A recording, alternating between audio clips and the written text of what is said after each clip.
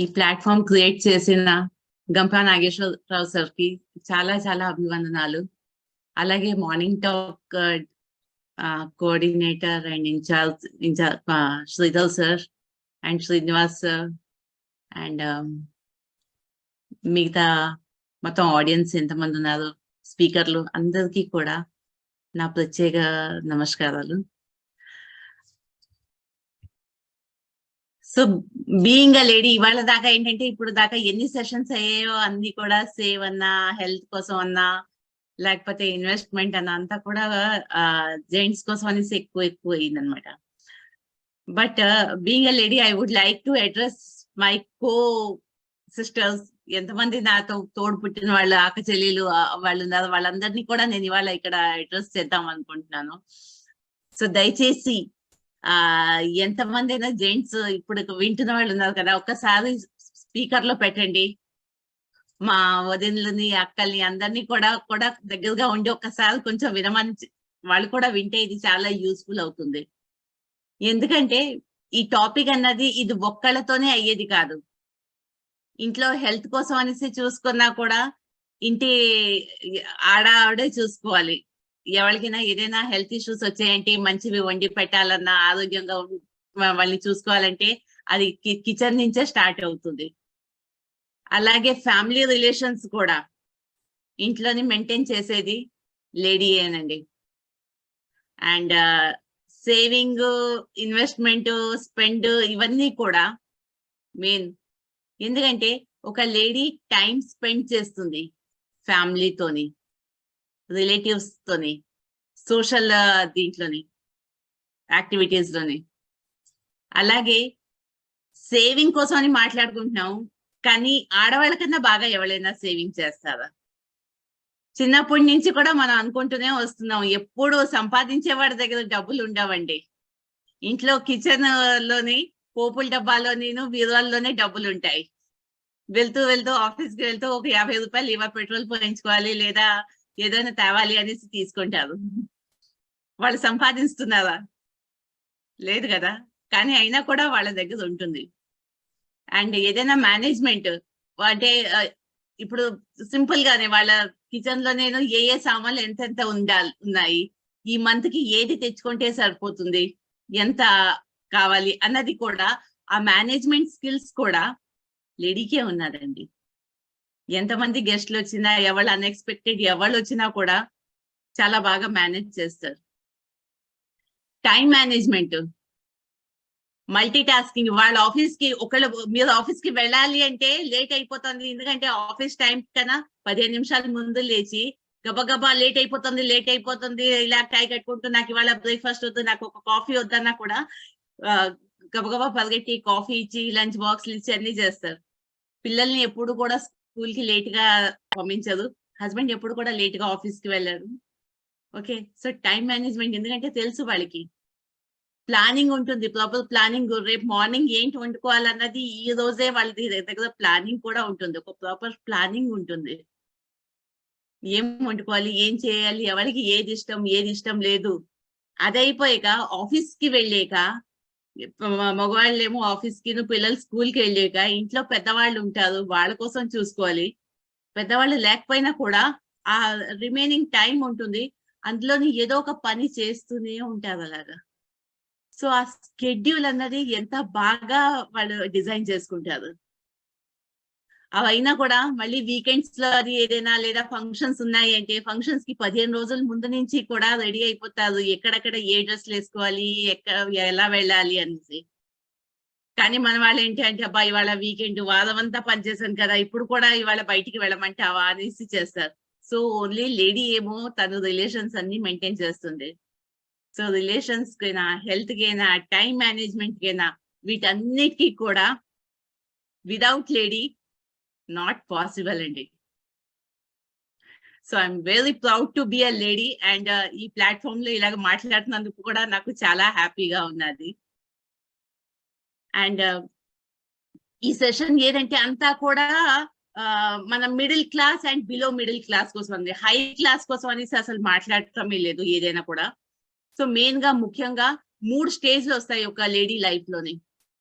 First father దగ్గర ఉన్నప్పుడు childhood, second husband దగ్గర మ్యారేజ్ అయ్యాక, అండ్ థర్డ్ వాళ్ళ పిల్లల దగ్గర. ఈ 3 స్టేజ్‌ల నుంచి కూడాను. సో, ఎప్పుడు కూడా ఏంటంటే పేరెంట్స్ దగ్గర ఉన్నప్పుడు కావాల్సినవన్నీ కూడా రిక్వైర్మెంట్స్ ఫుల్‌ఫిల్ అవుతూ ఉంటాయి. అట్ ద సేమ్ టైము ఇంట్లో ఏంటంటే పుట్టింట్లో ఏంటి మప్పుతారు? అమ్మ అత్తారింటికి వెళ్ళాలి. ఎక్కడ వాళ్ళు ఎవరైనా ఏదైనా అంటే నువ్వేమనుకోవద్దు. ఏదైనా ఉంటే సర్దుకుపోవాలి, సర్దుకుపోవాలి, సర్దుకుపోవాలి. అదొకటే చెప్తారు. సో, ఆ మైండ్ సెట్‌తోనే అంటే నేను నా 70స్ అండ్ దాని అబోవ్ చెప్తున్నాను. ఆఫ్టర్ 70, 80స్ వాళ్ళకి 80, 90 వాళ్ళ కోసం కాదు. మా జనరేషన్ దాకా కూడా మాకైతే ఇవే టీచింగ్స్ ఇచ్చేవాళ్ళు. అలాగే ఏమనేవారు కాస్తో కూస్తో చదివించుకుంటే అంటే చదువుకున్నాం కదా! ఏమనేవారు ఠీకే అమ్మాయి ఉద్యోగం చేసుకుంటుంది. పాలు, నీళ్లు కలిసినట్టు వాళ్ళిద్దరు కూడా కలిసిపోయి వాళ్ళ ఫ్యామిలీని రన్ చేసుకుంటారు అనేసి ఆ ఒక దాని నమ్మకంతోని కొంచెం చదివించేవాళ్ళు. కానీ సాక్రిఫైస్ చెయ్యాలి అంటే ఆడపిల్లే చేస్తూ ఉండేది. ఎందుకంటే ఆడపిల్ల కదా! సర్దుకోవాలమ్మా అనేవారు. పుట్టింట్లో కూడాను. ఓకే. పెళ్ళయ్యాక జాబ్ అది చేసుకోవాలి అంటే చేస్తున్నాళ్ళు చేస్తాము. దాని తర్వాత ఫ్యామిలీ రెస్పాన్సిబిలిటీస్ వచ్చినా కూడా నువ్వు జాబ్ మాని, లేదా పిల్లలున్నారు కదా! పిల్లలతో మేనేజ్ అవ్వట్లేదు నువ్వు మాని, నాకు నీకు ఇద్దరికీ కూడా మనం ఇద్దరు పని చేయడానికి ఎళ్ళామంటే ఇంట్లో ఎలాగా అంటారు. ఆ టైంలోని తను మానేస్తుంది. ఆ తర్వాత ఎప్పుడైనా చెయ్యాలి అనేసరికి ఇవాళ రేపు మార్కెట్‌లో అన్నీ ఔట్‌డేటెడ్ అయిపోతూ ఉంటాయి కదా! లేటెస్ట్ వెర్షన్స్ అన్నీ కూడా వస్తూ ఉంటాయి. సో, మేము చదివిన చదువులు, మేము చేసే డిగ్రీలు అవి మార్కెట్‌లోకి వెళ్తే దేనికి కూడా పనికిరావన్నమాట. సో, కైండ్ ఆఫ్ డిపెండెన్సీ వచ్చేస్తుంది. అండ్ కానీ ఇప్పుడు టైం అలా కాదు. ఒకానొకప్పుడు అనేవారు ఆడవాళ్ళనేమో ఈ ఇంట్లో పనులు చేసుకోవాలి కానీ ఫైనాన్షియల్ మ్యాటర్స్ వాళ్ళకి అక్కర్లేదు అనేసి. క అండ్ మగ పిల్లలకి అనేవారు వంటింట్లోకి రావక్కర్లేదమ్మా. నువ్వు వెళ్లి చదువుకో, నువ్వు ఉద్యోగం చేసుకో, నువ్వు ఈ ఆడపిల్లల పనేం చేస్తావు అనేసి. బట్ ఇప్పుడు టైం చేంజ్ అయింది. ఆడవాళ్ళకి కూడా ఫైనాన్షియల్ మ్యాటర్స్ అన్నీ కూడా తెలియాలి. అండ్ మగ పిల్లలకి ఇంట్లో కిచెన్‌లో పని చేయడం కూడా చేతనవ్వాలి. అట్‌లీస్ట్ వాళ్ళు బయటికి చదువుకోనికి దానికి వెళ్తూ ఉంటారు. ఇవాళ రేపు ప్రతి ఒక్కళ్ళు ఎంఎస్ చేస్తాం, యూఎస్‌కెళ్ళిపోతాం అంటారు. ఆ ఎంఎస్ చేయడానికి యూఎస్ ఎళ్ళిపోవడానికి కూడా వాళ్ళకి ఒక టీ కలుపుకోవడం రావాలి, ఒక ఉప్మా చేసుకోవడం రావాలా, అన్నం పప్పు వండుకోవడం అయినా చేతనవ్వాలి కదా! సో, ఈ రెండును ఆడవాళ్ళకి ఫైనాన్షియల్ తెలియాలి, మగపిల్లలకి వంట పనులు కిచెన్‌లో కూడా కొంచెం తెలియాలి. అది వాళ్ళ సర్వైవల్ కోసం అనేసి, ఒకళ్ళ కోసం అనేసి కాదు. కాబట్టి ఈ సేవింగ్ అన్నా, ఇన్వెస్ట్‌మెంట్స్ అన్నా ఏవైనా కూడా ఇద్దరికీ వాళ్ళ ఆడవాళ్ళకి తెలియాలి. అండ్ అన్నిటికంటే పెద్ద ఇన్వెస్ట్‌మెంట్ ఏంటి అనేసరికి గోల్డ్ అంటారు. ఆడవాళ్ళున్నారు కాబట్టి బంగారాలు పెట్టుకుంటారు కావాలి వాళ్ళకి. అయితే చిన్న చిన్నవి ఏంటంటే ఆడపిల్ల పుట్టిన దగ్గర నుంచి కూడా బంగారం కొనాలి, పెళ్లి చెయ్యాలి అనేసి అనుకుంటాం. లక్షలు లక్షలు పెట్టి ఖర్చు పెట్టి పెళ్లి చేస్తారు. కట్నాలిస్తారు, మిగతా ఖర్చులన్నీ చేస్తారు.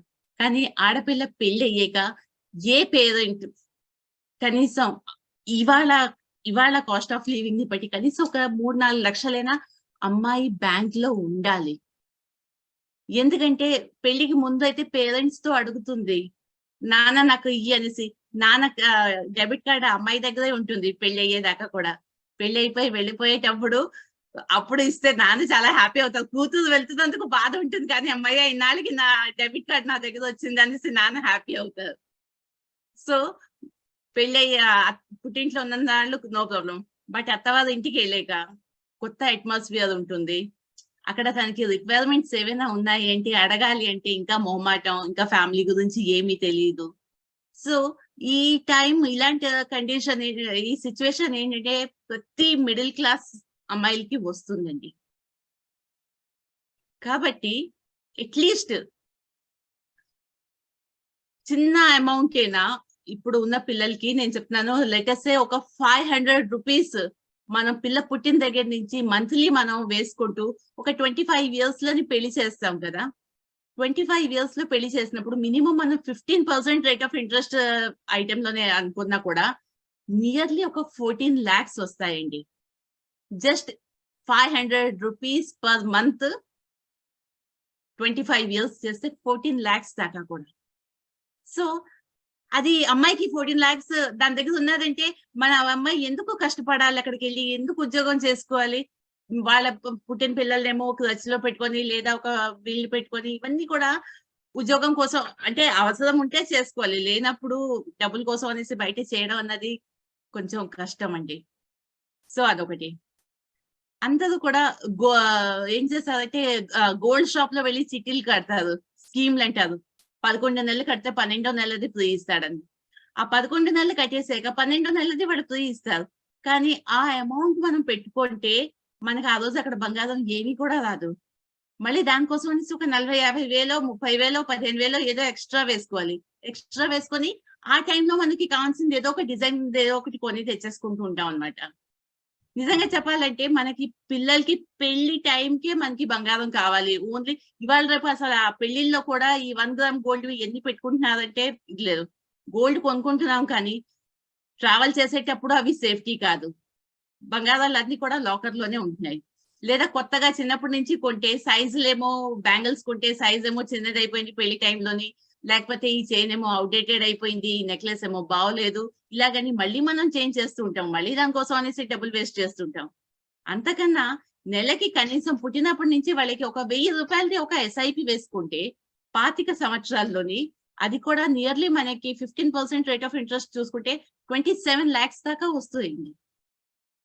27,00,000 రూపీస్ గోల్డ్. ఓకే. ఇవాళ నేను అందుకే చెప్తున్నాను. 27,00,000 కాకపోవచ్చు. కానీ నేను middle class and below middle class కోసమే చెప్తున్నా. ఉన్నవాళ్ళు దానికన్నా ఇంకా ఎక్కువ వేసుకోవచ్చు. సో, అలాగా వేసుకొని హాయిగా పెళ్లి టైంలో ఏదైతే లేటెస్ట్ వాళ్ళకి డిజైన్స్ ఉన్నాయో, లేటెస్ట్ ఉన్నాయో అవి వెళ్లి కొనుక్కోవచ్చు. టెన్షన్ ఉండదు. అండ్ విత్ స్మాల్ ఇన్వెస్ట్‌మెంట్ అన్నమాట. అలాగే పెళ్లయిన దగ్గర నుంచి ఒక 25 ఇయర్స్‌లో పెళ్లయ్యేగా అమ్మాయి ఇంటికొచ్చాక ప్రతి స్పౌస్‌ది హస్బెండ్ ఒక రెస్పాన్సిబిలిటీ ఏంటంటే ఎక్కువ కాదు. కనీసం నెలకి ఒక రూ. 1000 చొప్పునే. పేషెన్స్‌గా, డిసిప్లిన్డ్‌గా 25 నుంచి 60 దాకాను అంటే ఒక 35 ఇయర్స్ వాళ్ళ స్పౌస్ కోసం అనేసి రూ. 1000 వేసినా కూడా 15% రేట్ ఆఫ్ ఇంట్రెస్ట్. యాక్చువల్‌గా దానికన్నా ఎక్కువొస్తుంది. కానీ అవి మాట్లాడుకోదు. 15% రేట్ ఆఫ్ ఇంట్రెస్ట్ మీద చూసుకున్నా కూడా 1.1 సీఆర్ వస్తుందండి. అంటే మన రిటైర్మెంట్ కిట్ ఎంత ఉంటుందో అంత రూ. 1000 నుంచే కూడా యంగ్ ఏజ్‌లోని హస్బెండ్ దగ్గర టైం ఉండదు. డబ్బులుంటాయి. నీకు డబ్బులు కావాలంటే ఇస్తాను కానీ నన్ను మాత్రం రమ్మని చెప్పొద్దు. నా దగ్గర టైం లేదు. నాకు బిజీ ఉన్నాను అనేసి చెప్తారు. ఓల్డ్ ఏజ్‌లోని టైం బోలెడుంటాయి. కానీ నేను రిటైర్ అయిపోయాను. నన్ను డబ్బులు మాత్రం అడగొద్దు అనేసి చేతులెత్తేస్తారు. పాపం ఏం చేయాలి ఆడది? అందుకని యంగ్ ఏజ్‌లో వాళ్ళ కోసం అనేసి సేవింగ్ చేయండి. ఓల్డ్ ఏజ్‌లో అదే డబ్బులతోని మీ దగ్గర టైం ఉంటుంది గదా! తను మిమ్మల్ని హాలిడేస్‌కి కూడా తీసుకొని వెళ్తారు. కాబట్టి ఇది చిన్న చిన్నవున్నాయండి. చాలా పెద్ద పెద్ద ఇన్వెస్ట్‌మెంట్స్ చాలా పెద్దవి ఏవి మాట్లాడలేదు. ఇలాంటివన్నీ కూడా చిన్న చిన్నవి ఉన్నాయి. ఇవన్నీ కూడా పాటిస్తే ఫినాన్షియల్‌గా మంచి సపోర్ట్ అవుతుంది. And at the end of the day ఎవళ్ళకి ఈ గోల్డ్ అన్న స్కీమ్ నాకెలా తెలిసిందంటే, మా ఫ్రెండ్ ఒక ఆవిడ, ఆవిడ వాళ్ళ పాప పుట్టినప్పటి నుంచి ఒక డిసిప్లిన్ ఒకటి పెట్టుకున్నారనమాట. ఏంటంటే పెళ్లి టైంకి తనకి నేను ఎవ్రీ మంత్ ప్రతి గ్రాసరీ ఐటెమ్స్‌తో పాటు 1 గ్రామ్ గోల్డ్ కొనేవారు. ఆ టైంలోని 600, 700 నుంచి కూడా 4000 రూపీస్ దాకా కూడా కొంటూనే ఉన్నారు. సో, తను అలాగే అన్నది. లేదు రాజీ ఇప్పుడు ఎక్స్‌పెన్స్ అన్నీ కూడా మాకు పెరుగుతున్నాయి కదా! సో, గోల్డ్ రేట్ కూడా పెరుగుతూనే ఉందని. 25 ఇయర్స్‌కి ఆ అమ్మాయికి పెళ్లి చేసింది. సో, 25 ఇయర్స్ నెలకి గ్రామ్ బంగారం చొప్పున జస్ట్ ఇమాజిన్. అండ్ అది పెయిన్‌ఫుల్‌గా లేదు. ఎందుకంటే వితౌట్ దేర్ నాలెడ్జ్ వాళ్ళు ఒక డిసిప్లిన్‌గా కొనుక్కుంటూ వెళ్లారు కాబట్టి. సో, ఇలాంటివన్నీ కూడా చిన్న చిన్న ఫైనాన్షియల్ ఇవి ఉంటాయి. వా చిట్కాలంటారు కదా! చిట్కాలు. సో, ఇవన్నీ కూడా చిన్న చిన్న చిట్కాలు. ఇవి చేస్తే మనకి పెద్ద పెద్ద సమస్యలు సాల్వ్ అయిపోతాయి. లేకపోతే ఏమైపోతుంది అన్ని జాగాలోని ఒక చిన్న స్టోరీ అన్నమాట. ఆహ్, ఒక ఫ్యామిలీ ఉంటుంది. మా వాళ్ళ ఇంట్లోని గెస్ట్‌లు అంటే మామూలుగా ఇలాగ ఫ్రూట్స్ అవి అన్నీ కూడా తెస్తూ ఉంటే, తల్లికేంటి అయ్యో! నేను తింటే నాకెందుకు పిల్లలు తింటారు కదా! అనేసి యాపిల్స్ అవి ఏవైనా తెస్తే వాళ్ళ పిల్లలకే కట్ చేసి పెట్టేసేవారు. ఎప్పుడు చూసినా కూడా పిల్లలకి, హస్బెండ్‌కే ఇచ్చేవారు. ఆ పిల్లలు అది చూసేవారు. చూసి చూసి పెద్దయ్యాక కూడా ఏంటంటే యాపిల్స్ అవి అబ్బా! మా అమ్మ తినదు. మా అమ్మకిష్టం లేదు అని అనుకుంటారు. అమ్మ తినదు అంటే ఎందుకు తినదు? ఆ టైంలోని అంత అఫోర్డ్ చేసే అఫోర్డబిలిటీ ఉండేది కాదు. అయ్యో! నా కడుపుకి కాదు, నా పిల్లలు తింటారు కదా! అనేసి పిల్లల కోసరం పెట్టేది. కానీ పెద్దయ్యాక, అయ్యో! అమ్మ ఎందుకు పెట్టేది కాదు, అమ్మ తినేది కాదు, మాకు పెట్టేదన్నది కాదు. మా అమ్మకి ఇష్టం లేదండి, మా అమ్మ తినదండి అనేసి వాళ్ళే తింటూ ఉంటారు. సో, అది అర్థం చేసుకోవడం మీద ఉంటుంది. ఇవన్నీ కూడా ఇలాంటి ఫీలింగ్స్ అంతా కూడాను. సో, చెప్పేదేంటంటే ఇంట్లో ఎంతమందున్నారు ఆడపిల్లలు అవ్వనియండి, మన వాళ్ళు కొంచెం వాళ్ళకి కూడా ఫినాన్షియల్ సపోర్ట్ అంటూ ఇవ్వండి. అండ్ అంతకన్నా అయితే నేనింకా ఏం ఎక్కువ మాట్లాడదలుచుకోలేదు. So, thank you. Thank you very much.